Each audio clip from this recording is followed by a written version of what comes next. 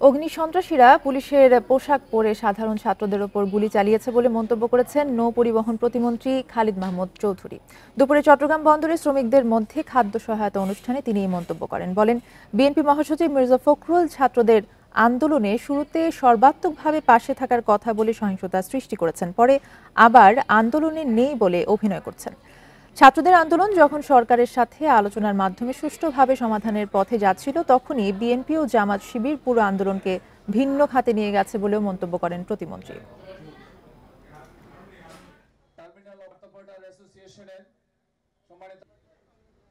বিভিন্ন জায়গায় হামলা করা হলো, এমনকি পুলিশের ড্রেস পরে আইন শৃঙ্খলা রক্ষাকারী বাহিনীর পোশাক পরেও সেদিনকে নিরীহ ছাত্রদেরকে আক্রমণ করে আমাদের আইন শৃঙ্খলা রক্ষাকারী বাহিনীর উপরে দোষ চাপিয়ে দেওয়ার মতো ঘটনা ঘটেছে।